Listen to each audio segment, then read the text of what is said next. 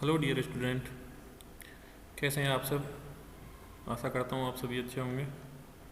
आज हम पढ़ने वाले हैं chapter number 6 of class 7th। The chapter name is formatting in Excel 2013। Formatting in the sense होता है कि आपका जो डाटा रहता है ना, आप उसके उनसे ऊपर क्या क्या इफेक्ट अप्लाई करना चाहते हो, आप उसकी अपीयरेंस को कैसे कैसे चेंज कर सकते हो। आइए स्टार्ट करते हैं। Formatting means changing the appearance of the data by changing the font size, color, alignment, adding borders, etc. ये जो अपने वर्क था, ये मैंने MS वर्ड की जो वीडियो डाली हुई है MS वर्ड में भी करवाया हुआ है। फॉर्मेटिंग इन द सेंस होता है कि एक्सेल के ऊपर जो डाटा है आप उसकी अपीयरेंस को कैसे चेंज करोगे। अगर आप उसका फॉन्ट का साइज चेंज कर सकते हो, कलर चेंज कर सकते हो, अलाइनमेंट टेक्स्ट की पोजीशन चेंज कर सकते हो, बॉर्डर हम उसके ऊपर ऐड कर सकते हैं। ठीक है, ये तो बात होगी फॉर्मेटिंग की। अगर हमें नंबर को फॉर्मेट करना है तो हमें क्या करना पड़ेगा। तो सबसे पहले ये कह रहा था cell can hold different types of data likes numbers, currency, dates etc in MS Excel. You can set the cell type depending upon the data you want. मान के चलो नंबर है हमारे पास और उस नंबर को हमें फॉर्मेटिंग करना है। मीन्स आप नंबर का एक तो आप उसका टाइप चेंज कर सकते हो, उसका साइज चेंज कर सकते हो, उसका कलर चेंज कर सकते हो। Select the cell you want to format, उस सेल को हम सेलेक्ट कर लेंगे जिसको हम फॉर्मेट करना चाहते हो। मीन्स उसमें उस तरह की सेल होगी जिसमें आप नंबर टाइप के डाटा को फॉर्मेट करना चाहते हो। ठीक है, तो उसके लिए हमें क्या करना पड़ेगा, आपको होम टैब पर इसके नंबर ग्रुप में जाना पड़ेगा। होम टैब के नंबर ग्रुप में, तो जैसे ही आप नंबर ग्रुप में जाओगे तो आपके सामने इस तरह की फिगर खुल के सामने आएगी, ये वाली। इसमें आप जिस तरह का भी नंबर आप चेंज करना चाहते हो उस तरह का नंबर अप्लाई कर सकते हो। इसके बाद ये कह रहा है there are different cell formats available in MS Excel. Let us briefly discuss the various formats. सबसे पहले है general. This is default cell format of a cell. एक जो सेल होता है उसका जो डिफ़ॉल्ट सेल फॉर्मेट होता है उसको हम जनरल कहते हैं। Numbers, you can set the numbers of digit to be displayed after the decimal to using the increase and decrease decimals button. आप इन बटनों की हेल्प से, ये वाली जो बटन है ये इंक्रीज और डिक्रीज को रिप्रेजेंट करती हैं। इन बटन की हेल्प से आप इस नंबर फॉर्मेट को रिप्रेजेंट कर सकते हैं। Currency, the display cell data as currency. अगर किसी सेल में आपका करेंसी टाइप में कोई डाटा है, किसी का रुपया है या डॉलर गया है या यूरो है, तो उसके लिए आपको करेंसी फॉर्मेटिंग में जाना पड़ेगा। ये सब आएंगे कहाँ पे, आपके होम टैब के कौन से ग्रुप में आएंगे, होम टैब के नंबर ग्रुप में। ये वाला जो पोर्शन मैंने बताया था कि होम टैब के नंबर ग्रुप, और नंबर ग्रुप में जाके क्या आएगा तुम्हारा करेंसी फॉर्मेट। ठीक है जी, ये हो गया तुम्हारा currency. Accounting, similar to currency, जैसे करेंसी होता है उसी तरह के इसमें भी कुछ सिम्बल्स होते हैं जिनको आप यूज कर सकते हो। डेट आपको प्रोवाइड कराता है डेट टाइप, किस तरह से आप डेट को मेंशन कर सकते हो। इस तरह से मेंशन करना चाहते हो या फिर आप इस तरह से मेंशन करना चाहते हो। इसको एक लॉन्ग डेट की टाइप होता है, एक शॉर्ट डेट टाइप होता है। टाइम, अब आप टाइम को किस तरह से इंसर्ट करना चाहते हो वो टाइम दिखाएगा। Percentage, this display cell data is percentage with decimal place like to 5.00%। Fraction, fraction in the sense होता है, नेक्स्ट है आपका fraction. Fraction in the sense होता है कि अगर आप किसी को डिवाइड की फॉर्म में लिखना चाहते हो, अप की फॉर्म में लिखना चाहते हो, जैसे 1/3, 1/2 ऐसे। Scientific, this displays cell data in an exponential form like 5.6e, मतलब साइंटिफिक कोई कैलकुलेशन अगर ऐसा कुछ है। Text, this display cell data as normal text.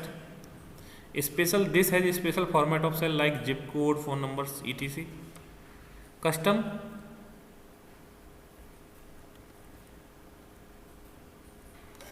You can use customize the cell using custom format. अगर आपके सेल को customise करना है तो आप किसको यूज करते हुए कर सकते हो, custom format. Formatting the text, अब आपको टेक्स्ट को फॉर्मेट करना है, मतलब टेक्स्ट के ऊपर कोई इफेक्ट अप्लाई करना है, तो उसके लिए आपको होम टैब के फॉन्ट ग्रुप में जाना पड़ेगा। यहाँ पर देखें कुछ फंक्शन दे रखे हैं जिसमें फॉन्ट स्टाइल है, साइज है, कलर है। ये फॉन्ट का है, टेक्स्ट जो लिखा है आप उसके ऊपर अप्लाई करना चाहते हो। बोल्ड, इटैलिक, अंडरलाइन है, यहाँ पर कलर है, इंक्रीज और डिक्रीज है, तो इनसे क्या होता है, आपको पर्टिकुलर जो फ़ॉन्ट जिसके ऊपर आपको ये इफेक्ट अप्लाई करने हैं उसको सेलेक्ट कर लेना है। सेलेक्ट करने के बाद जो भी आपको इफेक्ट अप्लाई करना है उस इफेक्ट में अप्लाई कर सकते हो। आप बोल्ड कर सकते हो उसको, फ़ॉन्ट स्टाइल चेंज कर सकते हो, etc। इसके बाद कह रहा है ये, अगर अब आपको इन सबको एक साथ अप्लाई करना है, मतलब आप चाहते हैं कि बार बार आपको वापस ना जाना पड़े, होम टैब पे फ़ॉन्ट ग्रुप में एक इफेक्ट अप्लाई करा फिर दोबारा जाना है, तो उसके लिए आपको डायलॉग बॉक्स लॉन्चर खोलना होता है किसी भी ग्रुप का। अब मान के चलो मैं फ़ॉन्ट से रिलेटेड ये सारे ऑप्शन यूज़ करना चाहता हूँ, ये वाला देखें एक बार ये जितने भी ऑप्शन है एक साथ इनको मैं यूज़ करना चाहता हूँ। तो मुझे इसका जो डायलॉग बॉक्स लॉन्चर है, ये वाला सिंबल, इसको हम डायलॉग बॉक्स लॉन्चर कहते हैं। इस पर हम क्लिक करेंगे, सारे के सारे ऑप्शन एक साथ खुल जाते हैं। हमारा अलाइनमेंट है, फ़ॉन्ट है, बॉर्डर है, जो भी है इनको हम ओके करते जाएंगे और आप अप्लाई कर देंगे। ये क्या होता है, इसमें सारे इफेक्ट आप एक साथ अप्लाई कर सकते हो। अब आपको क्या करना है नेक्स्ट, अगर आप बॉर्डर एंड बैकग्राउंड कलर को, बैकग्राउंड इन द सेंस होता है किसी भी सेल का, ये सेल की बैकग्राउंड की मैं बात करना चाहता हूँ जो व्हाइट कलर दे रखा है ये, या इसके ऊपर आप बॉर्डर लगाना चाहते हो इस तरह से, ठीक है। तो कैसे कैसे अप्लाई करना है, तो इसके लिए आपको होम टैब के फ़ॉन्ट ग्रुप में जाना पड़ेगा और वहाँ पे आपको बॉर्डर बटन मिलेगी। ये वाली जो बटन है ये, इसको हम बॉर्डर बटन कह रहे हैं यहाँ पे, ये वाली बटन जो मैंने हाईलाइट करी है। और इसमें जो एरो बना हुआ है, ये ड्रॉप डाउन एरो, इस पर आप क्लिक करना है, बहुत सारे बॉर्डर्स आपके सामने अपीयर हो जाएंगे। जो भी बॉर्डर आपको लगाना है उस पर आप क्लिक कर देना और तुम्हारा बॉर्डर वहाँ पे अप्लाई हो जाएगा, जिस टाइप का भी इन द सेंस होता है, जिस टाइप का भी बॉर्डर आप लगाना चाहते हो, ठीक है जी। बॉर्डर लगाने के बाद अब आपको क्या करना है next,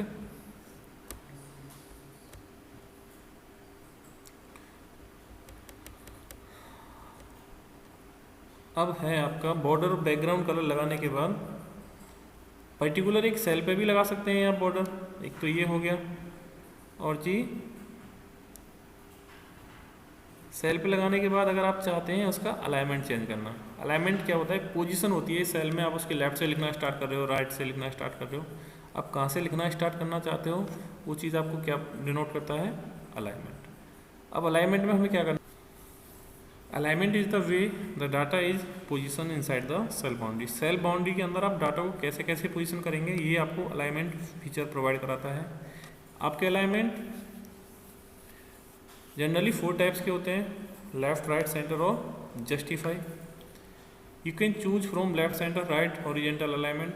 this column serial number and name so the different alignment. देखो सीरियल नंबर और नेम में आपको डिफरेंट अलाइनमेंट है, जैसे यहाँ से लिखना स्टार्ट हो रहा है, ठीक है, ये आपका लेफ्ट से लिखना स्टार्ट हो रहा है, ये सेंटर से लिखना स्टार्ट हो रहा है, लाइक दैट। देखो यहाँ पे एक लेफ्ट जो अलाइनमेंट होता है ये डिसाइड करता है कि आपको लेफ्ट साइड से लिखना स्टार्ट करना है, सेंटर का है सेंटर से लिखना स्टार्ट करता है, राइट में राइट से, और फिल इन द सेंस होता है कि आप विड्थ के अकॉर्डिंग फिल कर रहे हो जो उसकी विड्थ है उसके अंदर, और जस्टिफाई इन द सेंस होता है उसकी लेफ्ट और राइट दोनों पोजीशन फिक्स होती है। सिंपल सी बात ये है, समझ लें अलाइनमेंट जो पोजीशन होती है टेक्स्ट की। नेक्स्ट है आपका वर्टिकल अलाइनमेंट। ये कह रहा है you can set vertical alignment to top, center, bottom. आप इसको टॉप पे, सेंटर पे, बॉटम पे, किसको, सेल के अंदर जो डाटा है आप उसको सेट कर सकते हैं। तो top, center, bottom, justify in the sense वही होता है आपका जो फिलअप कर देते हो आप विड्थ के अकॉर्डिंग, और टॉप इन द सेंस ऊपर होता है, center in the sense middle होता है, और bottom in the sense bottom of the cell होता है। मर्ज सेल, नेक्स्ट पॉइंट है मर्जिंग। मर्जिंग आपकी एक प्रोसेस है जिसके अंदर आप 2 और मोर देन 2 सेल को एक साथ कंबाइन करना चाहते हो। इसके लिए आपको क्या करना पड़ेगा, उन पार्टिकुलर सेल को आपको सेलेक्ट कर लेना है जिनको आप मर्ज करना चाहते हो। उसके बाद आप मर्ज एंड सेंटर बटन पे जाएंगे जो कि आपको अलाइनमेंट ग्रुप के अंदर मिलेगा, और आपको पता है अलाइनमेंट ग्रुप आपको होम टैब के अंदर मिलता है। और आप मर्ज पे क्लिक करेंगे तो आपका जो आपने सेल सेलेक्ट हुई हैं वो क्या हो जाएंगी, मर्ज हो जाएंगी। Wrap text, wrap text in the sense होता है the text which spill over will not be visible. To avoid this you can use merge cell option, expand earlier. You can also choose the wrap text option which will adjust the text in multiple lines within the same column width. एक column width के अंदर ही आपकी जो text को वो set कर देता है, ये रैप टेक्स्ट करता है। उसके लिए हमें क्या करना पड़ेगा, आपने एक सेल दे रखी है यहाँ पर C4 नाम की, इस C4 नाम की सेल को आपको क्या कर देना है, सेलेक्ट कर देना है। सेलेक्ट करने के बाद उसको होम टैब के अलाइनमेंट ग्रुप में जाकर रैप कर देना है। तो देखो रैप करने से जो एक ही सेल है उसमें ये फिक्स हो गया है, पहले ये क्या था, पहले यहाँ पे ये दिख नहीं रहा था। नेक्स्ट पॉइंट है आपका ओरिएंटेशन। ओरिएंटेशन मीन्स होता है कि आप डाटा को लेंथ वाइज या विड्थ वाइज देखना चाहते हो। ओरिएंटेशन मीन्स द वे और direction in which the text is place inside a cell, किस तरह से आपका सेल के अंदर डाटा इंसर्ट है। हॉरिजेंटल और वर्टिकल दो तरह के होते हैं तुम्हारे ओरिएंटेशन। देख लें एक बार यहाँ पे। क्लिक करना क्या है, पहले उस सेल को सेलेक्ट कर लें, उसके बाद आपको ओरिएंटेशन बटन मिलेगी किस ग्रुप में, अलाइनमेंट ग्रुप में। Select the option that you want, we have select rotate text up. Rotate text up कर दिया है तो जो टेक्स्ट का लिखने का तरीका है वो रोटेट हो गया है। नेक्स्ट पॉइंट है आपका मॉडिफाइंग रो हाइट।